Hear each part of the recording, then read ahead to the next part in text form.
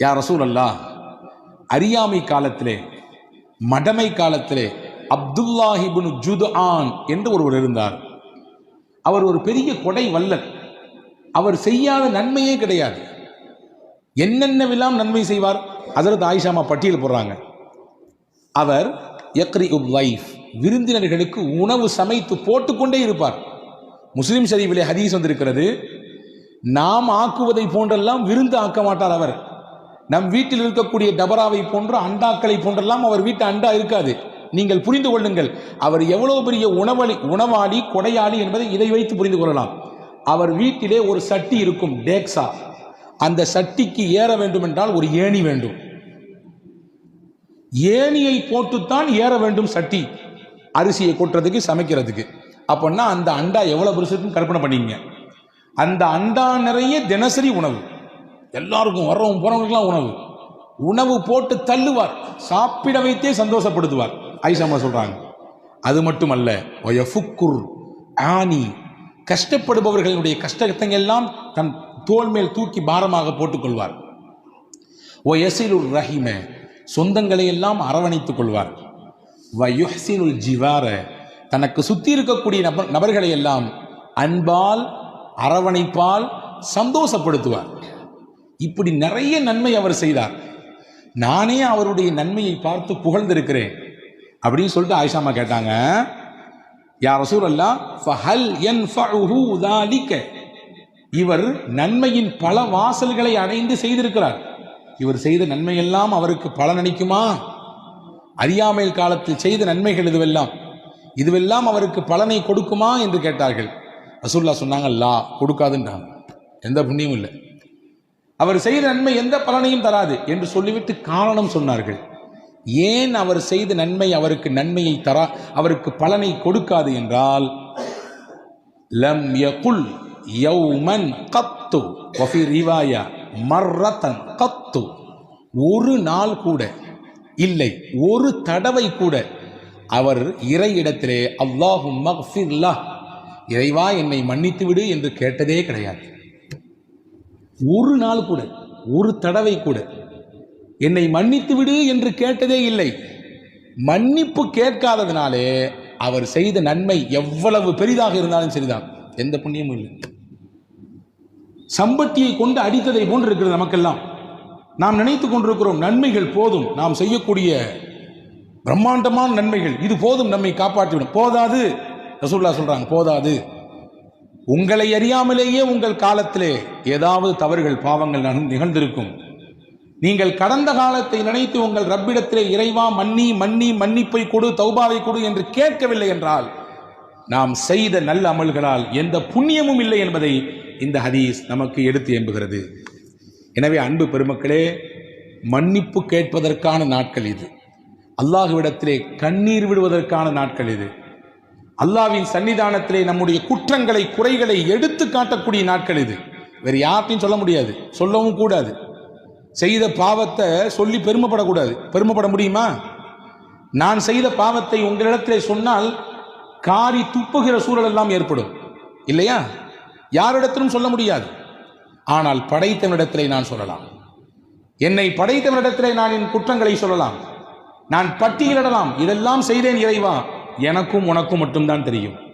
அந்த ராத்திரி, அந்த பகல், அந்த நாட்கள், என் வாலிப நாட்கள், என்னுடைய நல்ல சுகபோகமாக இருந்த நாட்கள், நான் ஓஹோ என்று வாழ்ந்த நாட்கள், அப்பெல்லாம் நடந்த பாவங்கள் இது என்று பட்டியலிட்டு அல்லாஹ்விடத்திலே மன்னிப்பு கேட்கக்கூடிய நாட்கள் இது. இதை தவறவிட்டால், இந்த மன்னிப்பை நாம் இந்த ரமதானில் பெறவில்லை என்றால், என்னை விட நம்மை விட நஷ்டத்திற்குரியவர் உலகத்தில் யாரும் இல்லை. வியாபாரத்திலும் தொழிலும் நஷ்டம் அடைவது நஷ்டம் அல்ல, அது நஷ்டம் அல்ல. உலகத்தில் நஷ்டம் அடைவதுதான் நஷ்டம். ரமலானை அடைந்து இதிலே மன்னிப்பை பெறவில்லை என்றால் அதுதான் நஷ்டம். அந்த நஷ்டத்தை நாம் பெற்றுவிடக் கூடாது என்று பெருமானா ஸல்லல்லாஹு அலைஹி வஸல்லம் எச்சரிக்கிறார்கள். எனவேதான் நபிகள் சொன்னார்கள், இன்னி அஸ்தக்ஃபிருல்லாஹ், ஒவ்வொரு நாளும் நான் இஸ்திக்பார் செய்கிறேன். ரசூலுல்லாஹ் சொல்கிறார்கள், நான் ரப்பிடத்திலே பாவ மன்னிப்பு தருகிறேன். 70 தடவை அல்லாஹ்விடத்திலே அஸ்தக்ஃபிருல்லாஹ் அஸ்தக்ஃபிருல்லாஹ் அஸ்தக்ஃபிருல்லாஹ், இறைவா உன்னிடத்திலே பாவ மன்னிப்பு தருகிறேன், என்னை மன்னி என்று நான் கேட்கிறேன் என்றார்கள் பெருமானார். நபிகள் கேட்க வேண்டிய அவசியம் என்ன? யக்ஃபிரு லக்கல்லாஹு மா தகத்தம மின் தம்பிக வ மா தஅக்கர். குர்ஆனின் வார்த்தை இது.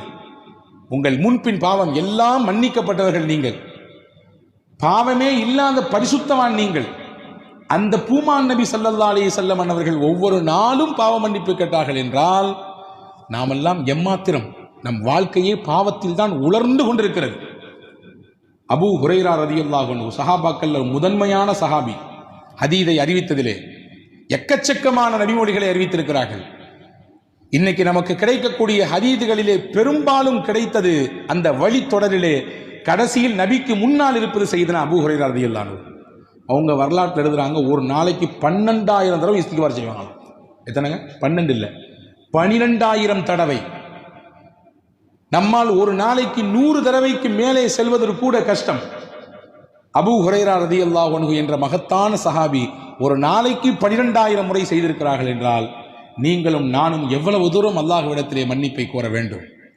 மன்னிப்புக்கான வழிகளை நிறைய மார்க்கம் சொல்லித் தருகிறது. இந்த காரியத்தை செய்தால் உங்களுக்கு மன்னிப்பு உண்டு. சமூக அக்கறையோடு சில நேரங்களிலே நாம் செயல்பட வேண்டும். அதுவே நம்முடைய பாவத்திற்கு மன்னிப்பாக பரிகாரமாக ஆகிவிடும். ஹதீஸிலே வந்திருக்கிறது.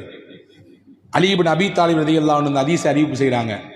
ரசூலுல்லாஹ் சொன்னாங்க, மன் கஸ்ஸல மையித்தன், எவர் ஒருவர் இறந்து போன ஒரு மையத்தை குளிப்பாட்டுகிறாரோ சொல்லிட்டு சொன்னாங்க. அடுத்து இரண்டாவது, வக்கஃபனஹு, அந்த இறந்த மையத்துக்கு கஃனிடுகிறாரோ. மூணாவது சொன்னாங்க, வஹன்னதஹு, அந்த இறந்து போன மையத்திற்கு அத்தர் பூசுகிறாரோ. வஹமலஹு, இறந்த அந்த ஜனாசாவை தோளில் சுமந்து பள்ளிக்கு எடுத்துச் செல்கிறாரோ. வஸல்லா அலைஹி, அந்த ஜனாசாவின் இறுதி தொழுகையிலே பங்கெடுத்துக் கொள்கிறாரோ. 5 சொன்னாங்க ரசூலுல்லாஹ்.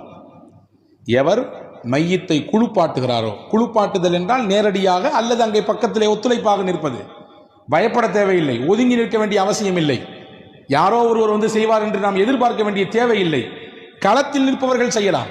2வது சொன்னாங்க கஃன் இடுதல், 3வது அத்தர் பூசுதல், 4வது தோளில் தூக்கி சுமந்து செல்லுதல், 5வது அந்த ஜனாசாவிலே பங்கெடுத்து தொழுதல். சொல்லிட்டு ஒரு செய்தி சொன்னாங்க, வலம் யுஃப்ஷ அலைஹி மா ரஆ, அந்த மையத்தின் எந்த குறையையும் அவர் வெளியே சொல்லாமல் விட்டுவிட்டார். சொல்லவே இல்லை.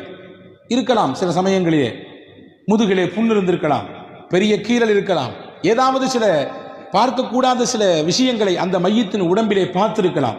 எதையுமே அவர் வெளிக்காட்டவே இல்லை, கப் சிப்புன்னு இருந்தார். ரசூலுல்லாஹ் சொன்னாங்க, இந்த 5 செயலும் செய்த இந்த மனிதருக்கு அல்லாஹ் தரக்கூடிய கூலி என்ன தெரியுமா? ஹரஜ மின் ஹதீஅதிஹி மிஸ்ல மா வலதத்துஹு உம்முஹு, அன்று பிறந்த பாலகனை போன்று அவர் மாறிவிடுவார். எல்லா பாவத்தையும் அல்லாஹ் மன்னித்து விடுவார்.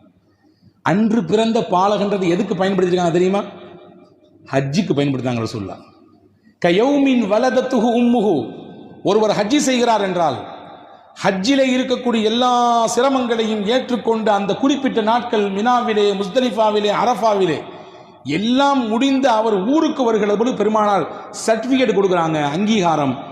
கயௌமின் வலதத்துஹு உம்முஹு, அன்று பிறந்த பாலகன். இந்த அன்று பிறந்த பாலகன் என்பதை நீங்கள் அடைய வேண்டும் என்றால், பாவமே இல்லாத பச்சிடம் குழந்தையை போன்று உங்களுடைய நிலைப்பாடு ஆக வேண்டும் என்றால் ரசூலுல்லாஹ் சொன்னாங்க, சமூக அக்கறையோடு இறந்து போன ஜனாசாவில கலந்துக்குங்கன்றாங்க. ஒதுங்கி நின்று வேலைக்கு பார்க்க நிறைய பேர் பயப்படுறாங்க. சொந்த அப்பா இறந்திருக்காரு, குளிப்பாட்டுங்க, எனக்கு தெரியும், ஐயே எனக்கு பயமா இருக்கு சொல்லுவதை பார்க்கிறோமா இல்லையா? நகரங்களிலே இது மிகுதி, கிராமங்களிலே முண்டி அடித்துக் கொண்டு வருகிறார்கள். நான் குளிப்பாட்டுகிறேன், நான் கஃன் செய்கிறேன், நான் வந்து தூக்குகிறேன், நான் குளிக்குள்ளே இறங்குகிறேன். பெத்த புள்ள ஓரத்துல வேடிக்கை போறாரு. யாராவது வந்து குளிப்பாட்டுங்களேன், யாராவது வந்து கஃன் புரியுங்களேன். எங்க அப்பாவுக்கு வந்து முதல் அந்த அடிக்கழுகக்கூடிய அந்த குளிப்பு கசாப் மாத்திரன்னு சொல்றாங்க, அதை செய்ய வாருங்களேன். இது ஒவ்வொரு முஸ்லீமும் செய்ய வேண்டியது, குறிப்பிட்ட ஒருவருக்கு காசு கொடுத்து செய்ய வேண்டிய பணி அல்ல. சமூகம் புல் வாங்கிக் கொள்ள வேண்டும். அது என்னமோ தீண்டத்தகாத செயலை போன்று இன்று சமூகம் பார்த்து கொண்டிருக்கிறது. ஒவ்வொரு முஸ்லீமும் தெரிந்து வைத்திருக்கக்கூடிய விஷயம். ஏனென்றால் நானும் நாளைக்கு மையத்தான், நானும் நாளைக்கு அதே இடத்தில் போய் இருக்க போகிறேன். என்னையும் ஒருவர் குளிப்பாட்ட போகிறார், ஒருவர் கஃன் செய்ய போகிறார். அதை தெரிந்து வைத்துக் கொள்வதில் என்ன தப்பு இருக்கிறது? அதை செய்வதில் எந்த தயக்கம் இருக்கிறது? எனவே அன்பு பெருமக்களே, அதை செய்தால் உங்களுக்கு எவ்வளவு பெரிய கூலி கிடைக்கும் என்றால் பெருமானார் சொல்கிறார்கள், அன்று பிறந்த பாலகனாக அல்லாஹ் உங்களை மாற்றிவிடுவான். இது ஒரு விஷயம். சமூக பார்வையோடு இருங்கள். ரெண்டாவது இபாதத்துல கவனம் எடுங்க. ரசூலுல்லாஹ் சொன்னாங்க 3 விஷயம். ஜும்மா தொழுகைக்கு பள்ளிவாசலுக்கு ஒருவர் நடந்து வந்தார். ரசூலுல்லாஹ் சொல்றாங்க ஜும்மா தொழுகைக்கு முடிந்த அளவுக்கு நடந்து வருகிறார். ரெண்டாவது சொன்னாங்க வல் ஜுலூசு ஃபில் மசாஜிதி ஹல்ஃப ஸலா, தொழுது முடிச்ச பின்னாடி வேக வேகமா எஞ்சி போயிடாம அந்த தொழுத இடத்திலே கொஞ்ச நேரம் உட்கார்ந்து இருந்தார். எப்பண்டா இமாம் சாப் சலாம் கொடுப்பாரு எந்திரிச்சு போலான்னு என்பதுதான் இனி நம்மிலே பலருடைய சிந்தனை. ரசூலுல்லாஹ் சொன்னாங்க தொழுது முடிச்சுட்டு அந்த தொழுத இடத்திலே உட்கார்ந்துருக்கணும். எங்க நீங்க தொழுதீங்களோ அதே இடத்தில் அமர்ந்திருங்கள். 2. 3 சொன்னாங்க வ இப்லாகுல் உதூஇ ஃபில் மகாரி, மனம் வெறுக்கும் நேரத்திலே ஒதுவ ஒருத்தர் பரிபூர்ணமா செஞ்சார். 3 விஷயம். ஜும்மாவுக்கு முடிந்த அளவுக்கு நடந்து வந்தார், தொழுத இடத்திலேயே அமர்ந்திருந்தார், ஒதுவை மனம் வெறுக்கும் சமயத்திலும் கூட பரிபூர்ணமாக செய்தார். ரசூலுல்லாஹ் சொன்னாங்க இந்த 3ம் எவ்வளவு பெரிய பாக்கியம் தெரியுமா? தாலிக ஆஷ பி கைரின் வ மாத்த பி கைரின், இந்த 3ஐயும் அவர் தொடர்ச்சியாக பின்பற்றினால் நலவோடு வாழ்வார், இந்த உலகத்தை விட்டு மரணிக்கின்ற பொழுதும் நலவோடு மரணிப்பார். சொல்லிட்டு சொன்னாங்க இந்த 3ஐயும் பின்பற்றக்கூடியவர் வக்கான மின் ஹதீஅதிஹி கயௌமின் வலதத்துஹு உம்முஹு, அன்று பிறந்த பாலகடை போன்று இருக்கிறார். பாவத்தை எல்லாம் அல்லாஹ் அழிச்சிடறான்.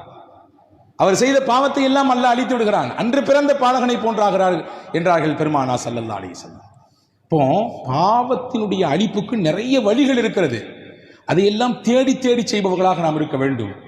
அதே போன்றுதான் ரமதானுடைய விஷயத்தை பற்றி பேசும் பொழுது சொன்னார்கள் பெருமானா ஸல்லல்லாஹு அலைஹி வஸல்லம் மன் சாமஹு வ காமஹு ஈமானம் வஹ்திசாபா, இறை நம்பிக்கையோடு இறைவன் நன்மை தருவான் என்ற ஆதரவோடு, இந்த 2ம் தான் நம்முடைய நோக்கமாக இருக்க வேண்டும். நம்முடைய தொழுகையில், நம்முடைய நோன்பில் இந்த 2ஐ தாண்டி வேறு எந்த பார்வையும் தேவையில்லை. உளப்பூர்வமான இறை நம்பிக்கை, நாம் செய்யக்கூடிய இந்த அமல்களுக்கு என் ரப்பு தான் எனக்கு கூலி தரணும், அந்த எண்ணத்திலே யார் ரமதானில் பகலில் நோன்பிருந்து பிளஸ் சேர்த்து சொல்றாங்க இரவு வணக்கத்தில் பங்கெடுத்தாரோ. நான் எதற்கு இதை அழுத்தி சொல்கிறேன் என்றால், நோன்பு மட்டும்தான் போதும் என்று நினைக்கக்கூடிய நமக்கு ரசூலுல்லாஹ் உணர்த்துகிறார்கள், உங்கள் பாவ மன்னிப்புக்கு நோன்போடு சேர்ந்து இன்னொரு அம்சமும் இருக்க வேண்டும், அதிலும் கவனம் எடுத்துக் கொள்ளுங்கள். அதுதான் இரவு தொழுகை. இரவு தொழுகையும் நோன்பும் சேர்ந்து இருக்கக்கூடியவருக்கு ரசூலுல்லாஹ் கொடுக்கக்கூடிய கிஃப்ட் என்ன? ஹரஜ மின் துனூபிஹி கயௌமின் வலதத்துஹு உம்முஹு, இவரும் அன்று பிறந்த பாலகன், அன்னைக்கு பிறந்த குழந்தையை போன்று, எப்படி குழந்தை அப்பழுக்கற்ற பாவமில்லாத பிள்ளையாக இருக்குமோ பரிசுத்தமாக, அப்படியே நோன்பையும் இரவு தொழுகையும் ரமதானிலே பேணி பாதுகாக்கக்கூடிய மக்கள் அந்த ரமதானை விட்டு விடை பெறுகிற பொழுது பச்சை புள்ள மாதிரி இருப்பாங்க. பாவமே இல்லாத பிள்ளையாக இருப்பார்கள், பாவமே இல்லாத பரிசுத்தவான்களாக இருப்பார்கள் என்றார்கள் பூமான் நபி ஸல்லல்லாஹு அலைஹி வஸல்லம். இப்ப இபாதத்தில் நமக்கு கிடைக்கக்கூடிய மன்னிப்பு, சமூக செயல்பாடுகளில் நமக்கு கிடைக்கக்கூடிய மன்னிப்பு, சின்ன சின்ன விஷயமாக கருதக்கூடிய விஷயங்களில் அதை கவனம் எடுக்கிற பொழுது நமக்கு கிடைக்கக்கூடிய மன்னிப்பு. ஒன்றும் இல்லை, சாப்பிட்றீங்க, டெய்லி நம்ம எல்லாரும் சாப்பிட்றோம். நாம் சாப்பிட்டு முடித்தவுடன் என்ன சொல்லுகிறோம்? சாப்பிட பொழுதும் என்ன சொல்லுகிறோம் தெரிவதில்லை, எதையோ சொல்லிக்கொண்டு சாப்பிடுகிறோம், எதையோ பார்க்கிறோம். சாப்பிட்டு முடிகிற நேரம் பல நபர்களுக்கு சாப்பாடு முடிந்ததா இல்லையா என்பது கூட தெரிவதில்லை, உணர்வதில்லை. ரசூலுல்லாஹி ஸல்லல்லாஹு அலைஹி வஸல்லம் சொன்னாங்க, சாப்பிட்டு முடிச்ச உடனே ஒரு துஆ இருக்குது, ரொம்ப பெருசெல்லாம் இல்லை. அல்ஹம்துலில்லாஹில்லதி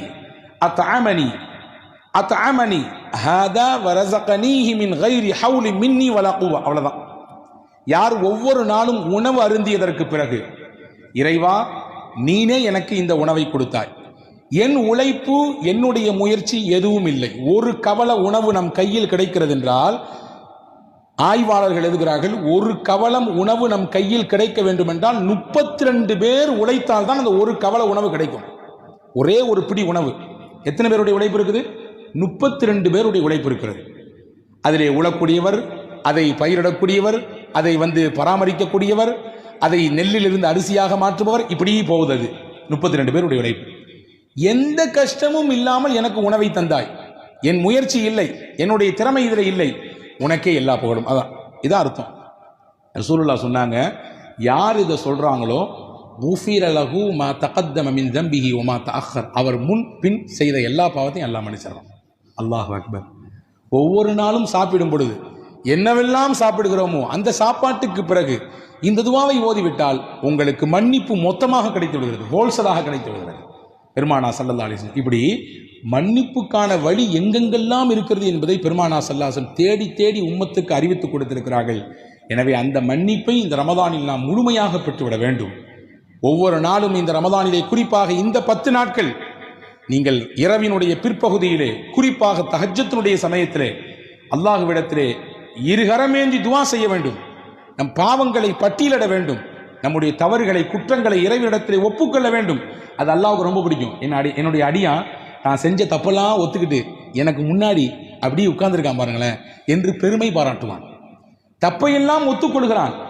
நீ இல்லாமல் நான் இல்லை இறைவா, நீ மன்னிக்கவில்லை என்றால் நான் என் கதி அவ்வளவுதான், அழிந்தே போய்விடுவேன் என்று ஒரு அடியான் சொல்லும் நேரத்திலே உச்சபட்சமான மகிழ்ச்சியில் அல்லாஹ் திளைக்கிறான். என் அருளின் மீது எவ்வளவு பிரியம் இவனுக்கு, என் மன்னிப்பின் மீது எவ்வளவு ஆதரவு இவனுக்கு, நிச்சயம் இவனை நான் மன்னிப்பேன் என்று அல்லாஹ் சொல்கிறான். எவ்வளவு பெரிய குற்றம் செய்தாலும், எவ்வளவு பெரிய தவறுகள் செய்தாலும் மன்னிப்பு கேட்கக்கூடியவர்களுக்கு அல்லாஹ் தன் அந்த அருளின் வாசலை, மன்னிப்பின் வாசலை திறந்தே வைத்திருக்கிறான், மூடுவதே கிடையாது. தௌபாவின் வாசல் என்பது மௌத்து, ரூஹு, தொண்டை குழியை அடையும் வரை அல்லாஹ் திறந்து வைத்திருக்கிறான். அதனால கடைசி காலத்தில் பார்த்துக்கலாம்னு சொல்லி அடுத்த வருஷம் ரமதானுக்கு விட்டுறாதீங்க. ஒவ்வொரு வருடமும் கேட்க வேண்டும், ஒவ்வொரு நாளும் மன்னிப்பை கேட்க வேண்டும். அல்லாஹுவின் மன்னிப்பு விசாலமானது என்பதை ரசூலுல்லாஹ் இப்படி விவரித்து காட்டுகிறார்கள். ஒரு ஹதீஸை சொல்லி முடிக்கிறேன். அஸ்தக்ஃபிருல்லா என்று சொல்லி நாம் பாவ மன்னிப்பு தேடுகிறோம்.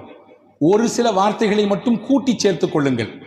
அஸ்தக்ஃபிருல்லாஹல் அலியுல் அதீம் அல்லதீ லா இலாஹ இல்லா ஹுவல் ஹய்யுல் கய்யூம் வ அதூபு இலை. இது ஒரு இஸ்திக்ஃபார், ரசூலுல்லாஹ் சொல்லிக் கொடுத்த இஸ்திக்ஃபார்.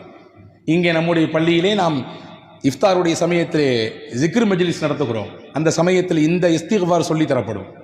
அஸ்தக்ஃபிருல்லாஹல் அலியுல் அதீம் அல்லதீ லா இலாஹ இல்லா ஹுவல் ஹய்யுல் கய்யூம் வ அதூபு இலை. இது 3 தடவை ஒருவர் சொல்கிறார். 3 தடவை. ரசூலுல்லாஹ் எவ்வளவு பெரிய கூலி சொன்னாங்க தெரியுமா? 5 பாக்கியம் கிடைக்கும் அவருக்கு. 5 பாக்கியம். வெறும் 3 தடவை தான், வெறும் 3 தடவை.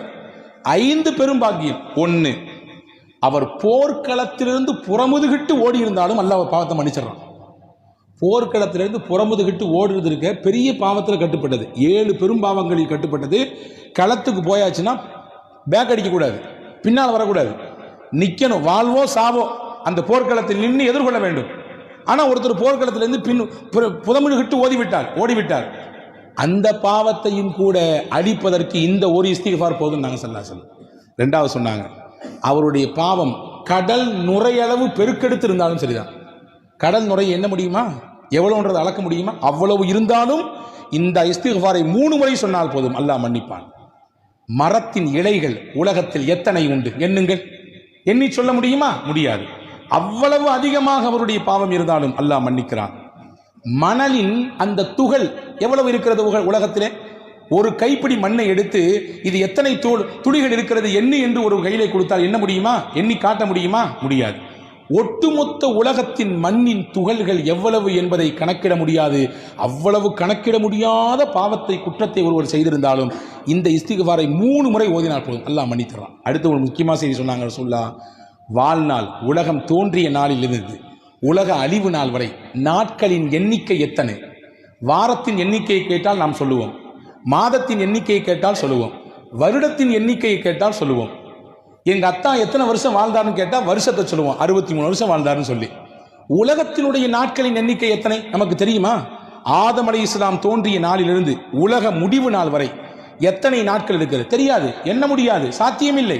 ரசூலுல்லாஹ் சொன்னாங்க, எப்படி எண்ண முடியாத நாட்கள் உலக வாழ்நாளிலே இருக்கிறதோ அவ்வளவு எண்ண முடியாமல் ஒரு பாவத்தை வைத்திருந்தாலும் இந்த ஒரு இஸ்திக்ஃபார் 3 தடவை சொன்னால் அல்லாஹ் அவருடைய பாவத்தை எல்லாம் மன்னித்து விடுகிறான். சொல்லலாமா? இன்ஷா அல்லாஹ். அல்லாஹ் தௌஃபீக் செய்வானாக. இந்த புனிதமான ரமதானிலே, இந்த மக்ஃபிரத்தினுடைய பத்திலே அல்லாஹ் தன்னுடைய மன்னிப்பை பரிபூரணப்படுத்துவானாக. நம் எல்லோருக்கும் தன்னுடைய அருளையும் தன்னுடைய மன்னிப்பையும் கொடுத்து நம்மை அழகுபடுத்துவானாக, நம்மை தூய்மைப்படுத்துவானாக. எப்படி தங்கத்தை உருக்குகிற பொழுது அழுக்கெல்லாம் வெளியே வருகிறதோ, இப்படி நாம் நோன்பிருந்து நாம் செய்யக்கூடிய இபாதத்தை கொண்டு நம்மிடத்தில் தேங்கியிருக்கக்கூடிய பாவம் என்ற அழுக்கை எல்லாம் அல்லாஹ் நீக்கி விடுவானாக. தூய்மையானவர்களின் பட்டியலில் அல்லாஹ் சேர்த்துக் கொள்வானாக. பரக்கத்திற்காக ஒரு தடவை இந்த ஸலவாத், இந்த